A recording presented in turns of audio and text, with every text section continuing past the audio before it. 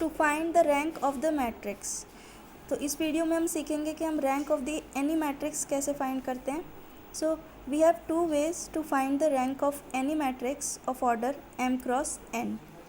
So first method is using minor method and second method is Row-Acland method। So इस video में मैं आपको बताऊंगी माइनर मेथड से आप रैंक कैसे निकाल सकते हैं।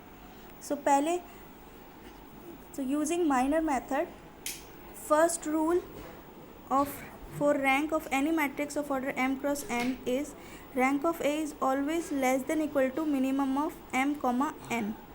अगर हमारे पास हमारी मैट्रिक्स 2 क्रॉस 3 ऑर्डर की है, मिनिमम ऑफ 2 क्रॉस 3 इज़ 2।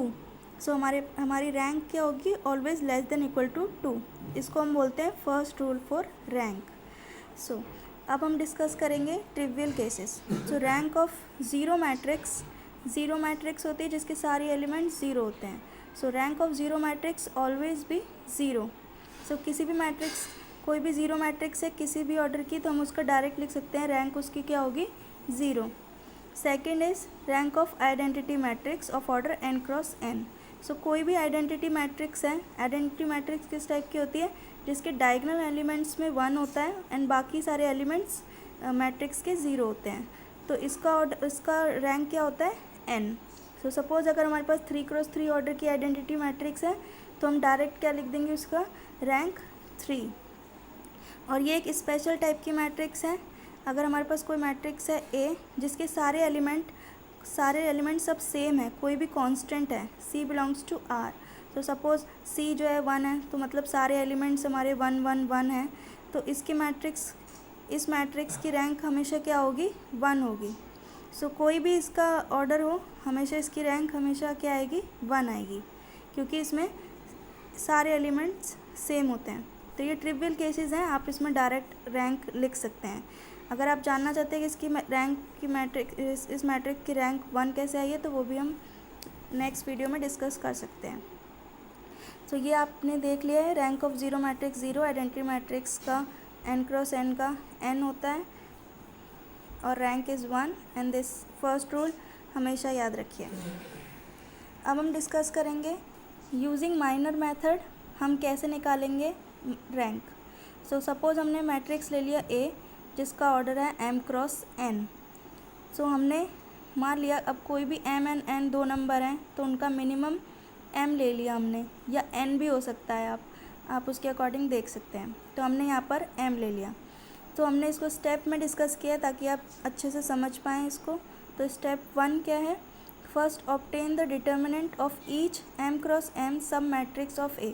सब मैट्रिक्स क्या होता है कि कोई भी मैट्रिक्स है A, उसका पार्ट इज़ कॉल्ड सब matrix of A। m cross m के जितने भी सब मैट्रिक्स बनेंगे, हम उसका डिटर्मिनेंट निकालेंगे। सबका डिटर्मिनेंट निकालने के बाद हम चेक करेंगे, अगर if one of these determinant is non zero then rank of A will be m। तो किसी भी मैट्रिक्स का अगर डिटर्मिनेंट नॉन ज़ीरो आता है, तो हम क्या कह देंगे कि रैंक क्या है इस मैट्रिक्स की, m। अगर सपोज़ सारे डिटर्मिनेंट ज़ीरो आते हैं, तो हमको स्टेप 2 फॉलो करना होगा। स्टेप 2 क्या है, obtain the determinant of each m-1 cross m-1। Suppose m3 था, तो हम यहाँ पर 3 क्रॉस 3 के सारे निकालेंगे डिटर्मिनेंट। अगर सारे ज़ीरो आते हैं तो फिर हम 2 क्रॉस 2 के फाइंड करेंगे। 2 क्रॉस 2 के सब मैट्रिक्स फाइंड करेंगे, उनके डिटर्मिनेंट निकालेंगे। अगर उनका डिटर्मिनेंट, किसी भी सब मैट्रिक्स का डिटर्मिनेंट नॉन ज़ीरो आता है, तो हम उसकी रैंक m-1 डिक्लेयर कर देंगे। अगर सबका ज़ीरो आता है तो फिर वही प्रोसेस हम आगे कंटिन्यू करेंगे। This is the process of using minor method. अब हम एक एग्ज़ाम्पल लेते हैं जिससे आप बेहतर समझ पाएंगे कि कैसे हम निकालते हैं। तो मैंने यहाँ पर एक एग्ज़ाम्पल लिया है A जिसका ऑर्डर है 2 क्रॉस 4। यहाँ पे हमने पहले निकाल लिया मिनिमम, 2,4 का मिनिमम क्या है, 2। तो स्टेप 1 के अकॉर्डिंग हमको क्या करना होगा, m क्रॉस m, मतलब 2 क्रॉस 2 की सब मैट्रिक्स फाइंड करनी होंगी। 2 क्रॉस 2 की मैट्रिक्स हमने फाइंड करी, पहले 1 3 -2 -6 निकाला, इसका डिटरमिनेंट निकाला, 0 आया। फिर हमने -2 -6 एंड -1 -3 लिया, इसका डिटरमिनेंट 0 आया। अगर आपको नहीं पता है कि 2 क्रॉस 2 मैट्रिक्स का डिटरमिनेंट कैसे निकालते हैं, तो मैं आपके लिए यहाँ पे लिख देती हूँ। कोई भी मैट्रिक्स है A B C D, इसका डिटर्मिनेंट क्या होता है, A into D minus B into C. ये फॉर्मूला होता है डायरेक्ट जो आप यूज़ कर सकते हैं अगर किसी को नहीं पता है तो यही मैंने फॉर्मूला लगा के सबके डिटर्मिनेंट निकाले हैं। इसका 0 आया। फिर हमने 1 3 0 1 का ऐसे ही हमें सारे कॉम्बिनेशन बना के 2 क्रॉस 2 के सारे मैट्रिक्स इसमें से निकालनी है। तो हमने ये वाला निकाला तो इसका डिटर्मिनेंट नॉन ज़ीरो आया, 1 1 जो कि 0 के इक्वल नहीं है। तो हमारा रैंक क्या हो गया इस मैट्रिक्स का, 2। तो यहाँ से आप डायरेक्ट कह सकते हैं कि इस मैट्रिक्स का रैंक क्या है, 2। तो इसी तरह से आप कोई सी भी मैट्रिक्स की रैंक निकाल सकते हैं इजीली, डिटर्मिनेंट निकाल के फाइंड कर सकते हैं।